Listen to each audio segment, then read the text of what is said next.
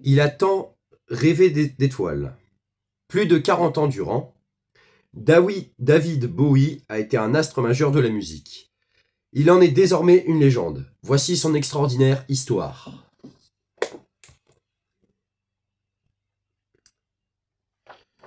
Chapitre 1, année 1950. Un saxophone en plastique.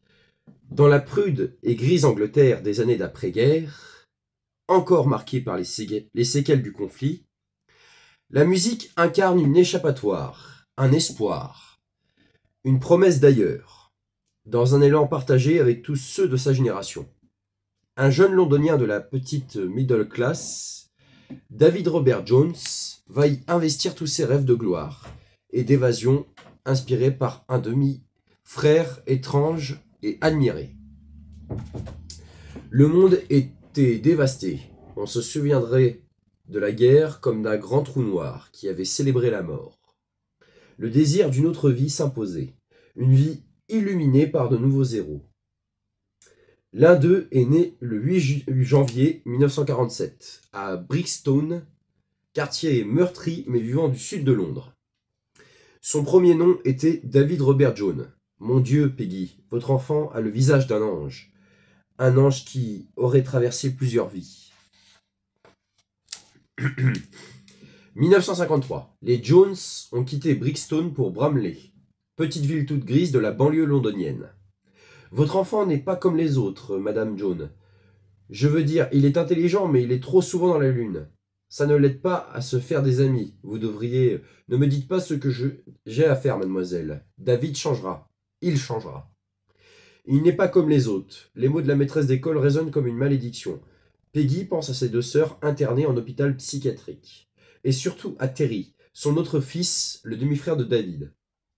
David est unique. C'est ce qu'elle a voulu dire. Il n'y a pas de quoi s'alarmer. Mais il est trop solitaire. On devrait l'inscrire à des activités comme la chorale ou l'envoyer chez les scouts. Tu as ma bénédiction. Ce sera toujours moins de temps passé pour Davy à subir l'influence de ton cinglé de fils. Qu'est-ce que tu veux dire, Terry?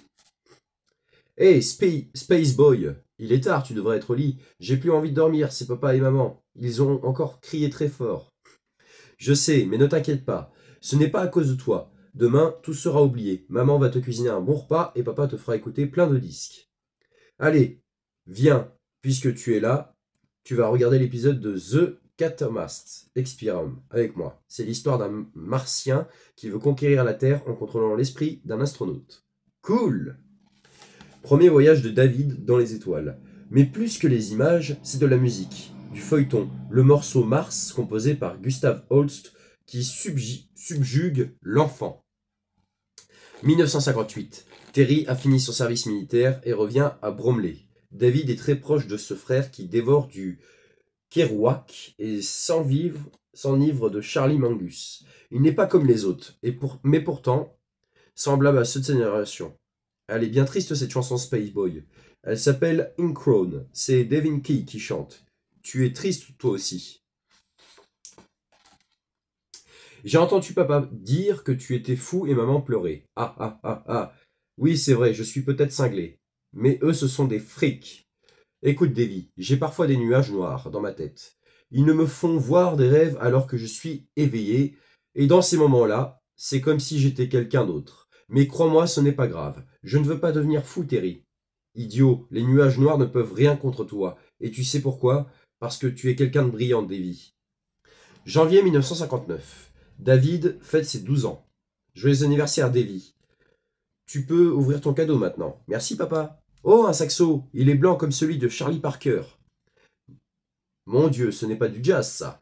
C'est Tutti Frutti de Little Richard, papa. Du rock and roll. C'est ce que je veux faire plus tard. Je veux être dans son groupe. Eh bien, il va falloir prendre des leçons, mon garçon. 1960. Londres. David est bientôt prêt à entrer en scène. Mon fils veut devenir un artiste lui aussi. Il écoute beaucoup de musique, monsieur Ross, du jazz. Et il est déjà très bon au saxo. Si vous acceptez de lui donner des leçons, c'est toi que je veux entendre, petit. Je veux que tu me dises pourquoi ça te plaît tant la musique. Je sais pas trop, mais quand j'en écoute, ou que je joue, c'est comme si j'étais loin d'ici, ailleurs sur une étoile flamboyante. Je veux vraiment apprendre, monsieur. Très bien. Alors viens tous les samedis matins, petit. Je ne sais pas jusqu'où tu peux aller, mais on va déjà faire les premiers pas.